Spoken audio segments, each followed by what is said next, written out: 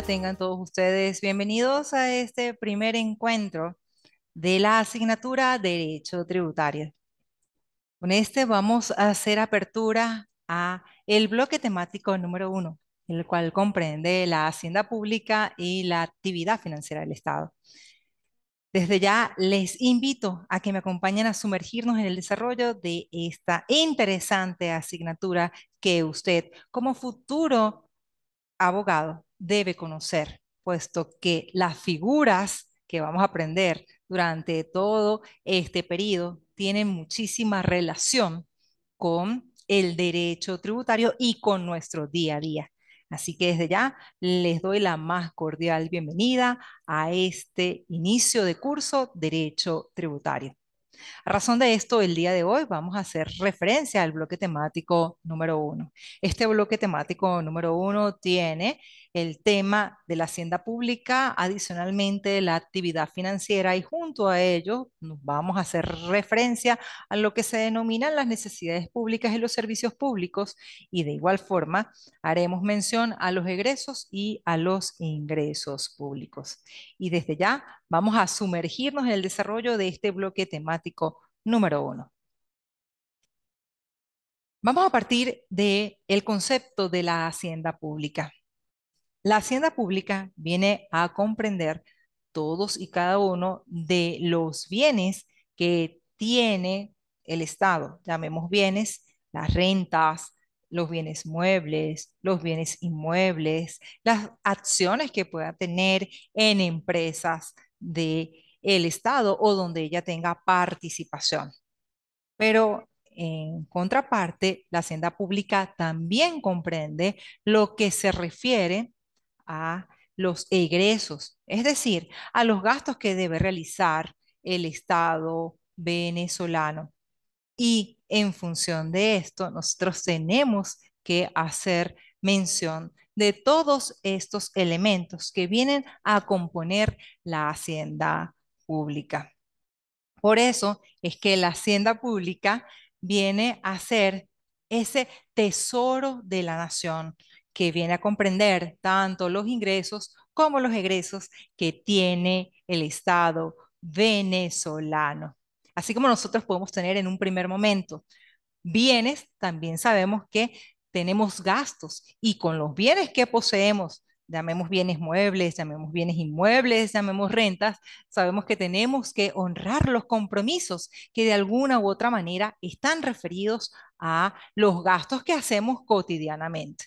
Entonces, tomando en consideración este ejemplo principal, podemos señalar ya que la hacienda pública comprende el conjunto de bienes que tiene el Estado, llamemos ingresos que posee el Estado, pero también comprende el conjunto de egresos o gastos que debe realizar el Estado venezolano. ¿Quién administra la hacienda pública? Si revisamos lo que establece la Constitución de la República Bolivariana de Venezuela, básicamente en el artículo 236, en el numeral 11, vamos a establecer o vamos a inferir que la administra el Ejecutivo Nacional, es decir, el presidente de la República. Y acompañado de esto y en concordancia con lo que establece la Ley Orgánica de Hacienda Pública Nacional, tenemos que señalar que el Ejecutivo Nacional es el que administra y dirige la hacienda pública, porque recordemos que el presidente de la República no actúa solo, tiene a su vez algunas oficinas que son llamadas la Oficina de Presupuesto Nacional, que nosotros hoy conocemos de manera abierta, que se llama como la ONAPRE. Y de la misma forma tenemos a el Ministerio de Economía y Finanzas, que también viene a formar esa triada fundamental para poder administrar y dirigir la hacienda pública. En función de ello, tenemos que decir que quien administra la hacienda pública, según lo establece nuestra Carta Magna, es el presidente de la República, quien representa a el Ejecutivo Nacional, pero de la misma forma, él no está solo, él tiene una serie de entes y de órganos que le acompañan en esta administración y dirección de la Hacienda. Y como dijimos, está la Oficina Nacional de Presupuesto y el Ministerio de Economía y Finanzas. Ahora bien, la formulación presupuestaria por parte del Ejecutivo Nacional es muy, pero muy importante, puesto que esta formulación que debe hacer el Ejecutivo Nacional lo hace a través de lo que nosotros conocemos como la Ley de Presupuestos. La Ley de Presupuestos viene a ser ese instrumento que el presidente de la República debe preparar con antelación y antes que inicie un año calendario para presentársela a el Parlamento, es decir, a la Asamblea Nacional. Y debo comentarles que desde hace no más de 6 años ha habido una opacidad por parte del Ejecutivo Nacional debido a que no se ha presentado, como lo establece nuestra Carta Magna, esa ley de presupuestos en donde se plasmen los ingresos, los gastos, la inflación, el pago de compromisos, las deudas y el PIB. Entonces, por eso es que observamos constantemente en la calle a algunas personas que son funcionarios de la administración pública y están tratando de exigir un derecho que está plasmado en la Constitución y que ha estado disminuido o que ha sido vulnerado, pudiésemos decir, o lo que algunos autores llaman, se ha generado una opacidad de esa formulación presupuestaria, porque, como les señalé, el Ejecutivo Nacional debe presentar en el periodo de los 5 primeros días de la entrada del año calendario esa ley del presupuesto ante el Parlamento, es decir, ante la Asamblea Nacional, para que la Asamblea Nacional apruebe o no el presupuesto que va a ser dispuesto en ese ejercicio o en ese periodo de año calendario. Allí, pues obviamente se van a decir, pues cuáles son los gastos que se establecen y cuáles son esos ingresos, si son extraordinarios, si son ingresos ordinarios, si existen algunos nuevos compromisos de pago, más o menos cómo va a estar la inflación, pero todo eso ha sido razonado previamente para poderlo plasmar y bajo los indicadores que debe tener el Banco Central de Venezuela y otras instituciones. Entonces, en los últimos 5 años, es decir, desde el año 2017, ha existido una opacidad por parte del Ejecutivo Nacional en la que se ha visto mermada o vulnerada ese derecho que se ha establecido en nuestra Carta Magna en el artículo 311.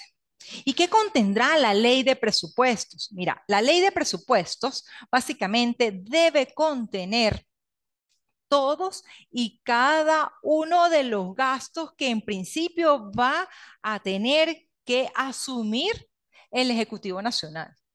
¿Y cómo lo va a hacer? A través de proyectos, porque el Ejecutivo Nacional debe planear y debe decir, mire, nosotros vamos a invertir en salud, vamos a invertir en educación, vamos a invertir en seguridad de la nación, vamos a invertir en administración de justicia, pero para ello tiene que hacer unos proyectos. Y esos proyectos, pues obviamente deben establecer cuáles van a ser los recursos que se van a gastar o que van a ser empleados para tal fin.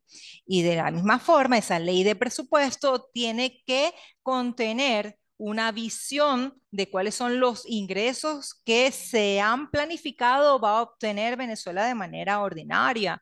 Ojo, no de forma extraordinaria, sino de manera ordinaria, producto de los impuestos, como el caso del impuesto al valor agregado, el impuesto sobre la renta, que son esos tributos recurrentes con los que el Estado va a obtener ingresos. Y allí estos dos elementos deben establecerse en la ley de presupuestos. ¿Por qué? Porque imaginemos que el Ejecutivo Nacional dice, vamos a invertir en educación superior, pero no hay planificado, no hay un proyecto, sino dice, solamente vamos a invertir 50 millones de bolívares. Pero ¿en qué se van a gastar esos 50 millones de bolívares? Debe existir en principio una planeación. En principio deben establecerse cuáles van a ser los gastos que se van a tocar, en qué partidas van a incidir, cómo se van a repartir. Y esto es lo que permite que el Ejecutivo posteriormente pueda rendirnos cuentas tanto a la Contraloría del General de la República, así como también a nosotros que somos los ciudadanos de a pie y que queremos ver en qué hemos invertido los tributos que hemos pagado. De la misma manera, y haciendo referencia a la hacienda pública, es necesario que nosotros hablemos de la gestión pública. Y tenemos que empezar mencionando qué es la gestión fiscal. La gestión fiscal ha sido definida por la mayoría de los autores como aquella que hace referencia a la administración y el manejo de bienes y fondos públicos en épocas de recaudación, adquisición, conservación, enajenación, gasto, inversión y disposición. Entonces, la gestión pública viene a ser el cúmulo de tareas que va a realizar el Ejecutivo Nacional y los órganos que ha dispuesto para poder tanto recaudar, administrar, manejar los bienes y de la misma manera invertirlos y ponerlos a disposición de todos esos gastos que en algún momento dispuso en la ley del presupuesto nacional. Y es por ello que el Ejecutivo Nacional, como máximo director de la Hacienda Pública, debe respetar los principios que están dispuestos en nuestra Carta Magna, es decir, en nuestra Constitución de la República Bolivariana de Venezuela. Estos principios son cuatro. El primero de ellos, el principio de transparencia. El segundo, el de eficacia. El tercero, el de solvencia. Y el cuarto, pero no por ello el menos importante, el de equilibrio fiscal.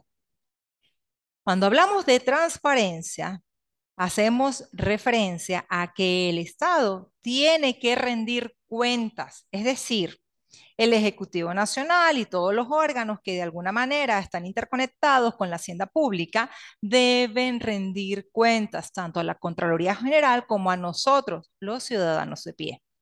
¿Y cómo va a rendir cuentas? A través de la Contraloría, que se haga de manera interna o de manera externa y que presente al final del ejercicio, es decir, los 5 primeros días del año calendario posterior, todo lo que tiene que ver con esa relación de cuentas que realizó en el periodo inmediatamente anterior, es decir, en el año calendario anterior. Y por si fuera poco, esto tiene que ver con el derecho de información, que también está consagrado en el texto de la Constitución. Nosotros, como ciudadanos, tenemos el derecho a estar informados en qué estamos invirtiendo, qué está haciendo el Estado con nuestros recursos.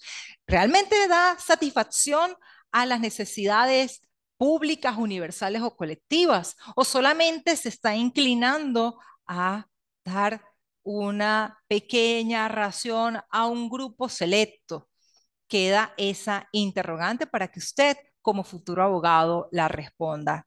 Luego tenemos también el principio de la eficacia. El principio de la eficacia significa que el gasto que está presupuestado en la ley de presupuesto debe cumplir una finalidad, es decir, debe dar una respuesta a una necesidad de carácter público o universal, no una necesidad que no ha sido considerada o que en ningún momento va a beneficiar a la colectividad. Eso es lo que significa el principio de la eficacia. El gasto que se va a ejecutar, pues obviamente tiene que obedecer a ese gasto que ha sido presupuestado. También tenemos el principio de la solvencia. El principio de la solvencia presupone que el Estado venezolano debe honrar todos y cada uno de los compromisos que ha dispuesto en la ley de presupuesto nacional y que, como les dije anteriormente, debe presentar al Parlamento Nacional los primeros 5 días del año calendario para que la Asamblea Nacional apruebe ese presupuesto en el cual van a estar dispuestas cada una de las partidas que van a estar consideradas como los proyectos que se van a cumplir, así como también todas y cada uno de esos ingresos que van a permitir dar fiel y cabal cumplimiento, es decir, honrar los compromisos. Y esto viene a estar muy relacionado con algo que escuchamos hace muy pocos días en la realidad venezolana.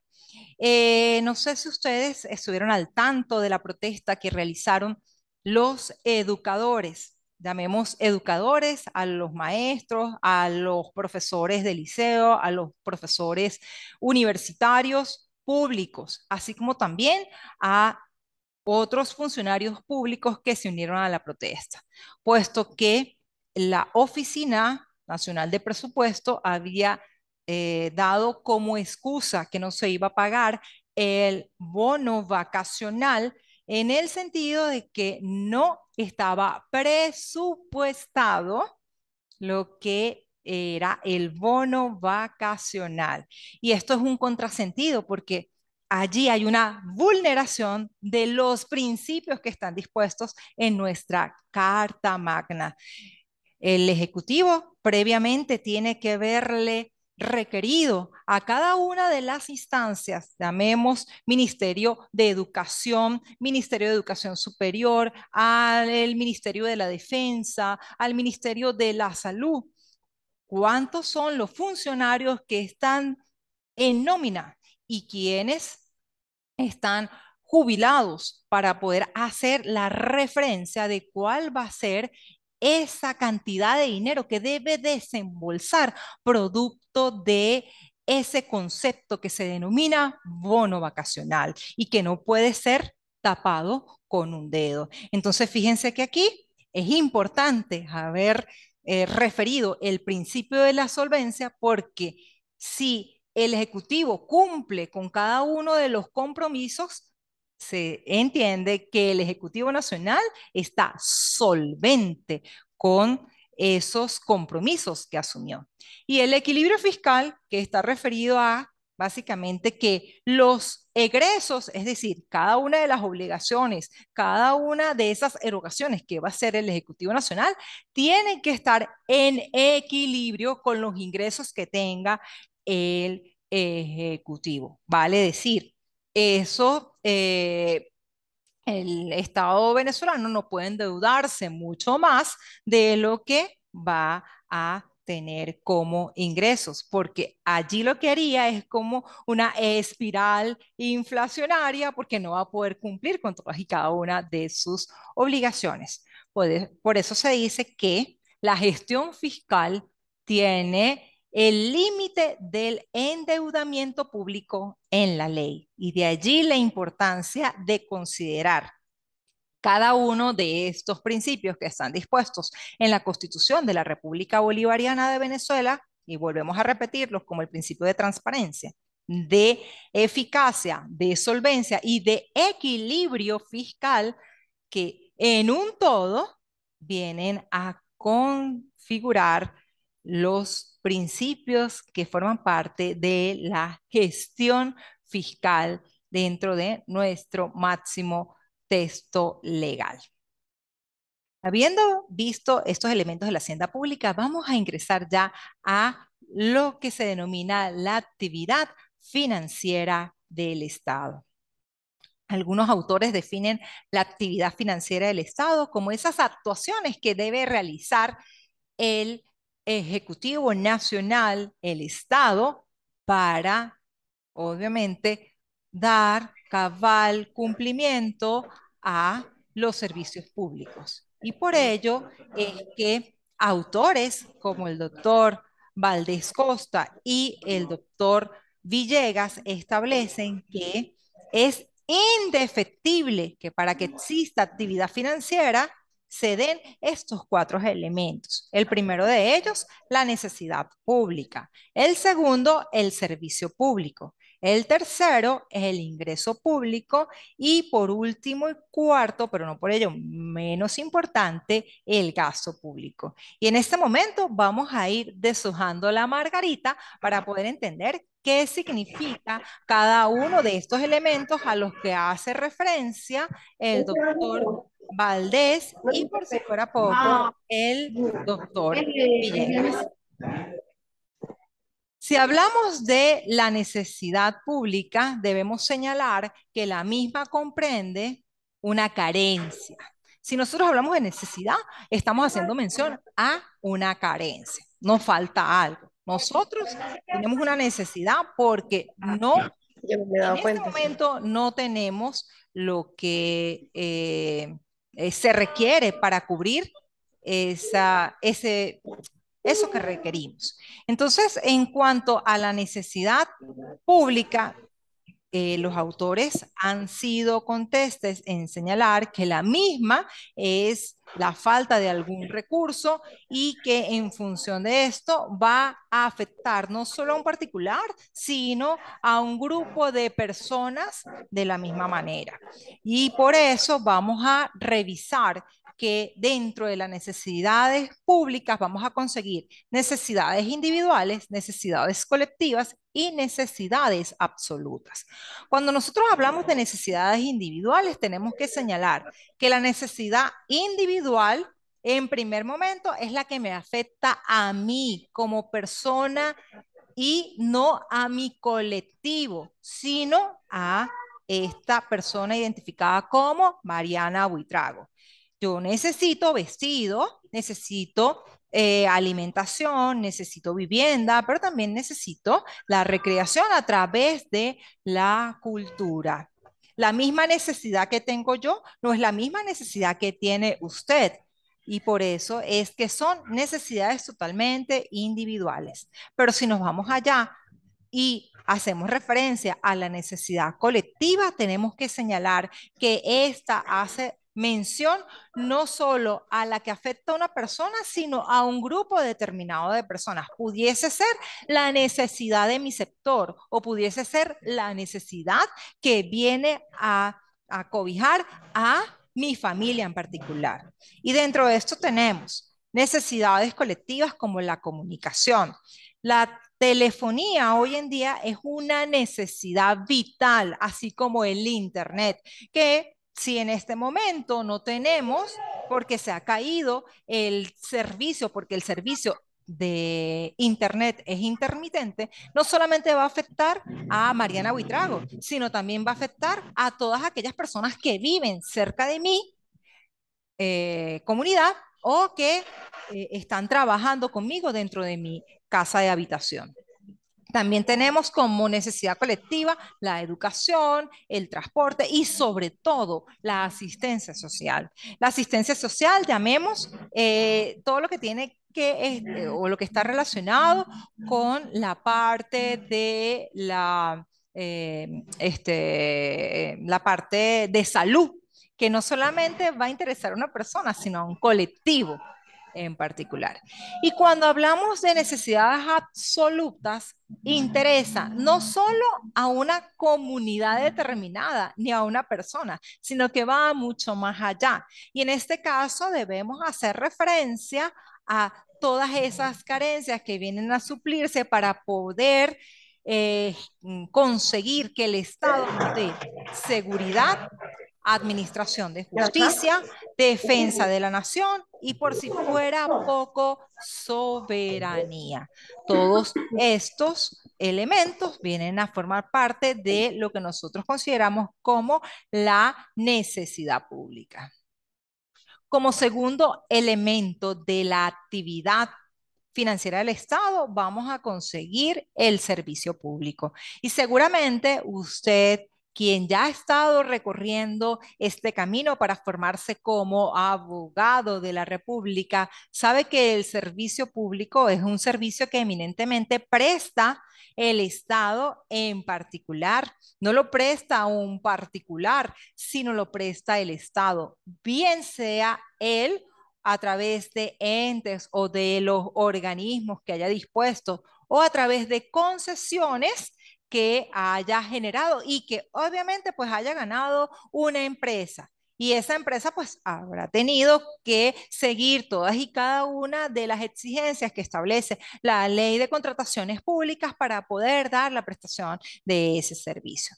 No obstante, hay una definición que establece la sala político-administrativa del Tribunal Supremo de Justicia del año 2007, en el caso Armando Casal y Casal, en donde se precisa qué elementos debe tener el servicio público.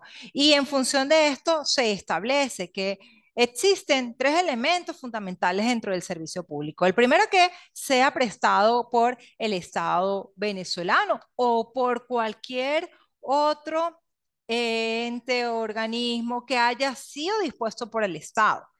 Segundo, que ese servicio público venga a dar satisfacción a una necesidad, ojo, universal o colectiva, no a cualquier tipo de necesidad individual, sino a la necesidad que se considera como universal o colectiva. Y tercero, que a cambio de ese servicio público el Estado disponga una contraprestación que nosotros como beneficiarios del servicio tenemos que pagar para que el Estado pueda seguir realizando todas esas actividades. Y podemos establecer esta clasificación de servicios públicos. Tenemos los servicios públicos generales, los servicios públicos colectivos y los servicios públicos divisibles.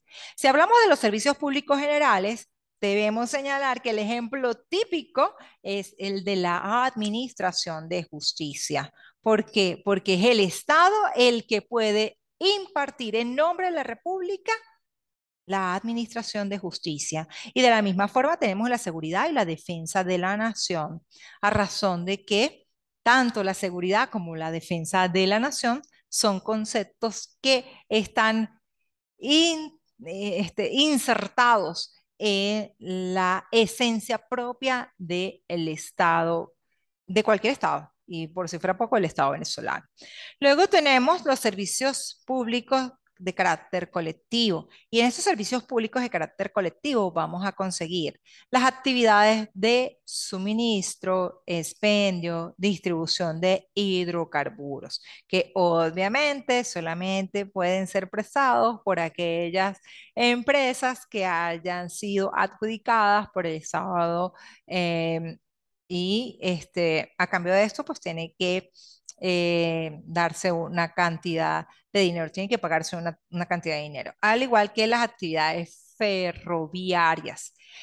Actividades ferroviarias que nosotros podemos evidenciar en la parte central y oriental de Venezuela. Luego tenemos los servicios públicos de carácter divisible, que obviamente vamos a gozar la mayoría de los venezolanos y que no todos vamos a pedir al mismo día ese servicio público, como es el caso de la renovación del pasaporte. Nosotros pagamos una cantidad de dinero en el SAIME para poder solicitar la renovación y para poder cumplir con todos y cada uno de los trámites establecidos en el SAIME.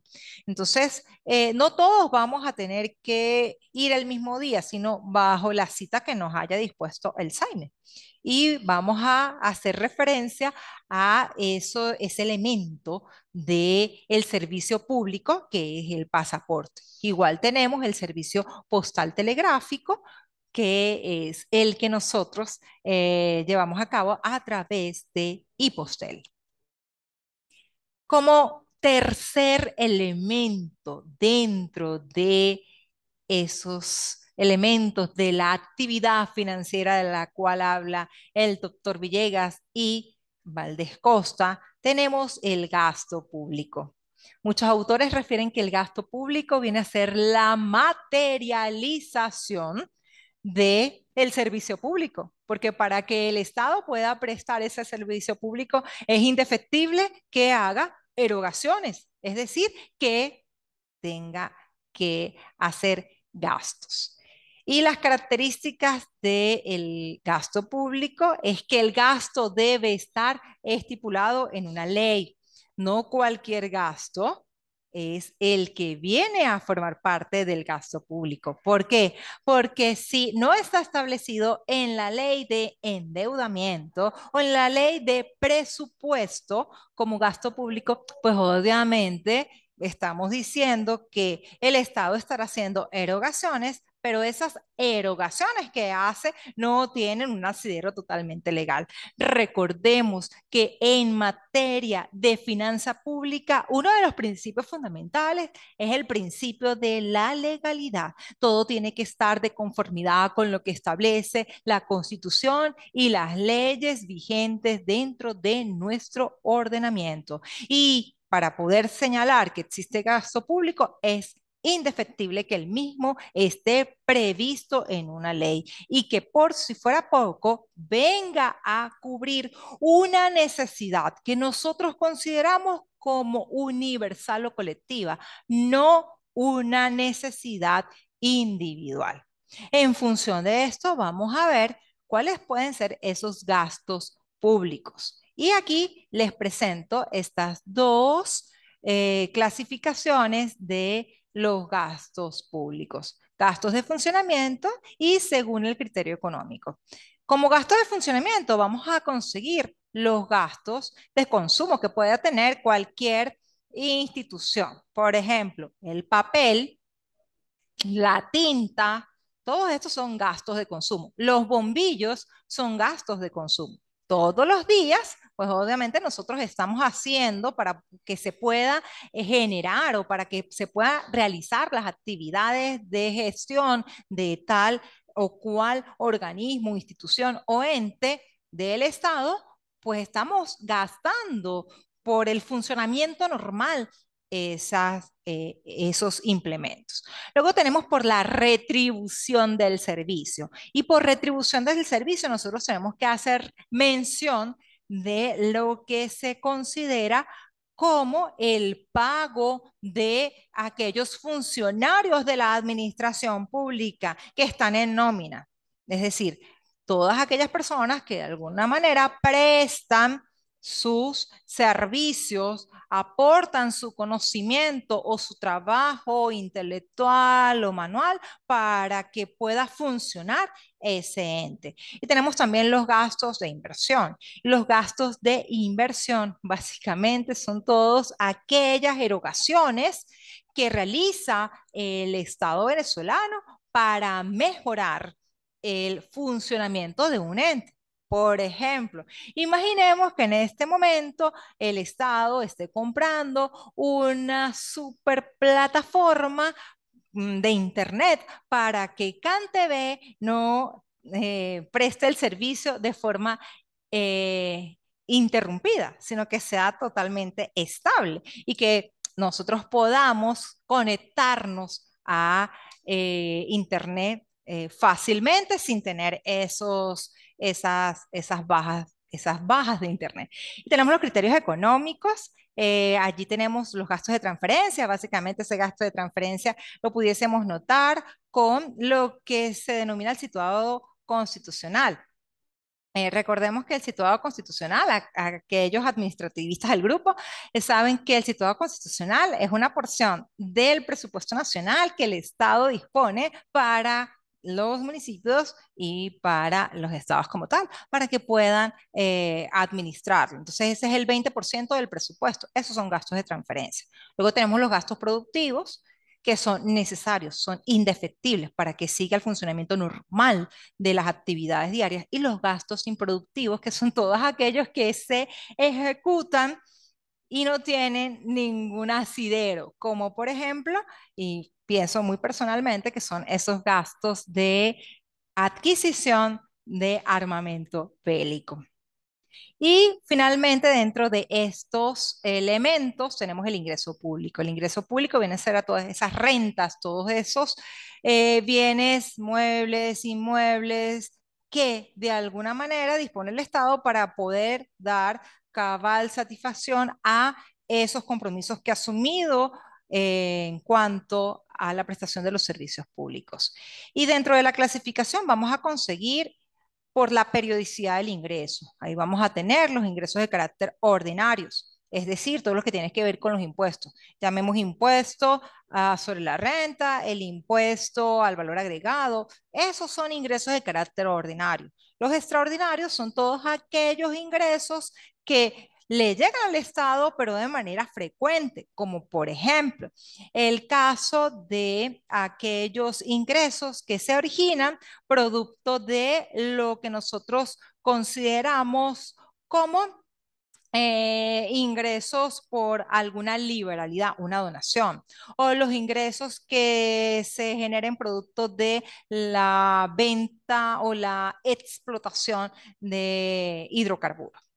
En cuanto a la actividad o no del Estado, es decir, si el Estado nos constriñe o nos obliga al pago, tenemos los que son originarios, y el caso típico son los impuestos, porque el Estado no te dice, mire, Bélgica, venga y se toma un cafecito conmigo y vamos a discutir si realmente usted puede y quiere pagar este impuesto sobre las grandes transacciones financieras. No, el Estado impone y no le pregunta a Bélgica cómo lo quiere pagar o no.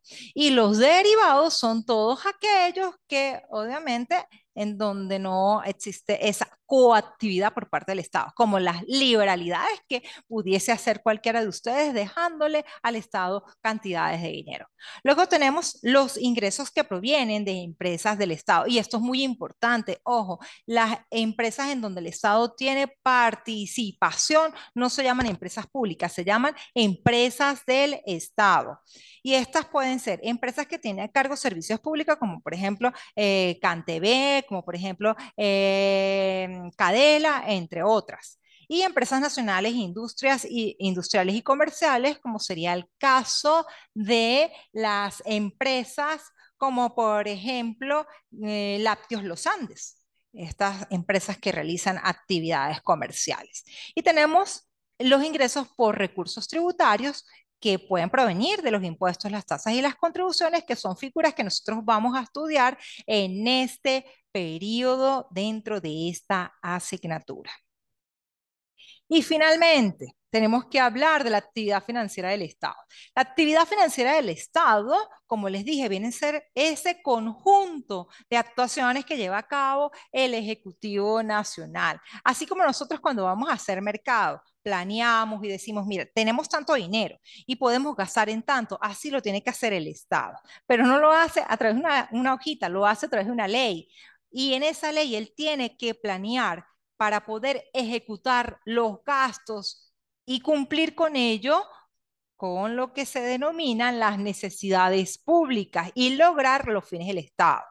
Y a través de ello es que el Estado debe obtener diferentes medios de recursos, y hablamos de todos los ingresos que ya revisamos, y debe tratar de planear, diseñar, ejecutar las operaciones que va a seguir para poder recaudar los mismos, es decir, para hacer mano de esos ingresos y con esos ingresos poder dar satisfacción a los gastos que se generan producto de las necesidades públicas, haciendo un uso eficiente, efectivo del gasto público, que obviamente tiene que estar dispuesto en la ley.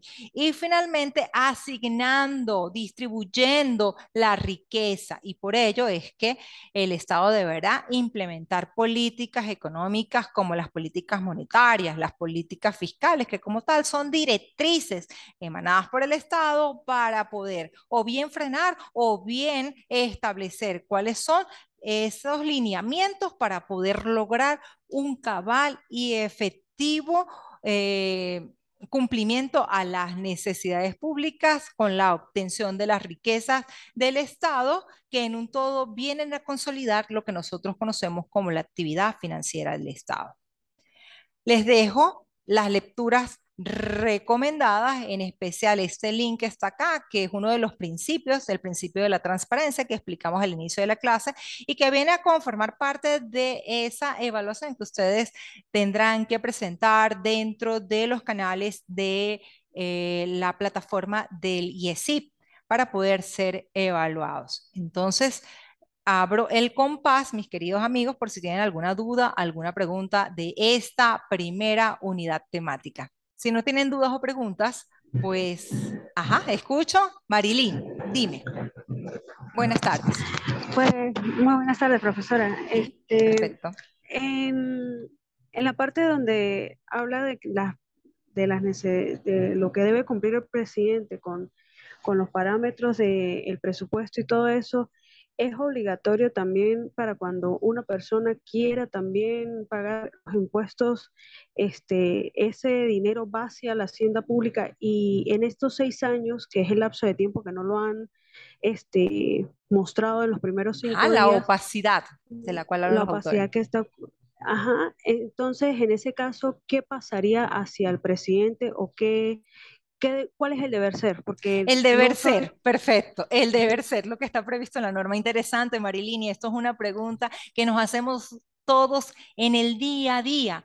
La opacidad significa que hay incumplimiento, vulneración o que ha habido como una vista gorda. Durante estos 6 últimos años ha habido una opacidad por parte del Ejecutivo Nacional, es decir, del ente que tiene que administrar la hacienda pública y que debe presentar todos y cada uno de las exigencias que están dispuestas en el ordenamiento jurídico, llamamos ordenamiento jurídico la Constitución y todas y cada una de las leyes. Entonces, el deber ser es que el Ejecutivo Nacional con el Ministerio de Economía y Finanzas, así como también con la Oficina Nacional de Presupuesto, presenten a el Parlamento, es decir, a la Asamblea Nacional, esas actividades que llevaron a cabo, pero también lo tiene que hacer, imagínate, la Contraloría General de la República, haciendo los controles internos y externos en el tiempo que establece la misma ley de la Contraloría, para que obviamente se pueda rendir y se pueda cumplir indefectiblemente lo establecido en nuestro texto de la Constitución y las leyes venezolanas. De allí que ellos deberían, en todo caso, hacer lo que estipula la Constitución para decir que la máxima autoridad del país está en cabal cumplimiento con los extremos dispuestos en la Carta Magna. Eso es a criterio muy personal y muchos autores han señalado y han hecho referencia de esa opacidad, porque nosotros hasta desconocemos hasta los indicadores del Banco Central de Venezuela. Y tú dirás, ella se fue para las instituciones financieras, pero no, todos estos son elementos que permiten que nosotros podamos decir cuál ha sido la balanza de pagos, cómo ha sido el porcentaje de inflación. Todo eso es necesario para poder determinar si realmente se han cumplido o no con los extremos tanto del presupuesto como de la verdadera, real y sostenida administración de la hacienda pública, en función de esos 4 principios tan interesantes que estudiamos el día de hoy. No sé, Marilyn, si con esto quedó solventada la interrogante que formulaste. Sí, profe, me aclaró bastante la duda que tenía y aparte de eso, pues sabe que yo trabajo en el área de antidrogas, en la Guardia Nacional Bolivariana y sabe que el Fondo Nacional Antidrogas también pasan los recursos que son incautados por todos los funcionarios, pasa eso a la Hacienda Pública Nacional desde un punto de vista legal y todo eso. Y eso es algo que también tenía esa inquietud, pues, de que cuál es el deber ser entonces a raíz de eso. Claro, Claro fíjate que que parte de... esos son ingresos que no son periódicos, no son ordinarios, porque no sabemos cuándo se van a incautar. Pero excelente, Marilyn, porque todo ello viene a formar parte de nuestra hacienda pública nacional. Y todos esos recursos deberían ser utilizados para la satisfacción, no de una necesidad individual, sino una necesidad universal o colectiva, es decir, de todos y cada uno de los venezolanos.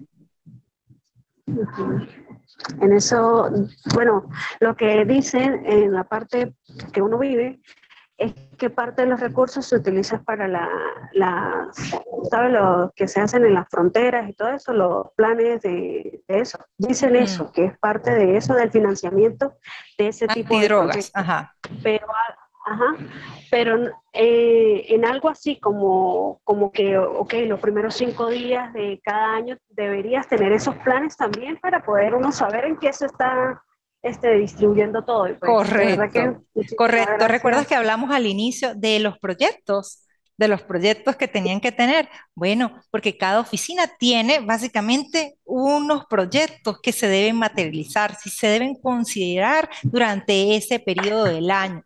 Porque si yo digo, bueno, yo necesito comprar una silla, una mesa, pero ¿para qué lo requiere? ¿Por qué usted requiere esa silla y esa mesa? ¿Cómo, si tenemos ese ingreso, cómo lo vamos a gastar? No es gastarlo por gastarlo, sino porque sea una necesidad latente, pública, colectiva. Como justificar uno los ingresos y los egresos de la administración en algo, hasta en uno Correcto. mismo. Ujú, correcto, correcto. ¿Tienes Bueno, alguna otra profesora, duda? muchísimas gracias. No, profe, muchísimas gracias. Nos dio muy buena su clase, de Ay, verdad qué que la felicito. Excelente clase, de verdad que sí, profe. gracias. Muchísimas gracias A y ti. pues voy a leer todo el material que muy interesante, de verdad que sí, muy Chévere. interesante. Me Muchísimas contenta, me alegra muchísimo y cualquier cosa estamos en sintonía bajo todos los mecanismos que nos ha dispuesto nuestra plataforma del IESIP. Y dudas o preguntas lo puedes hacer por el foro o lo puedes hacer a través de esos mensajes privados que me llegan inmediatamente a mí. ¿Ok? Que pases feliz bueno, y bendecido día.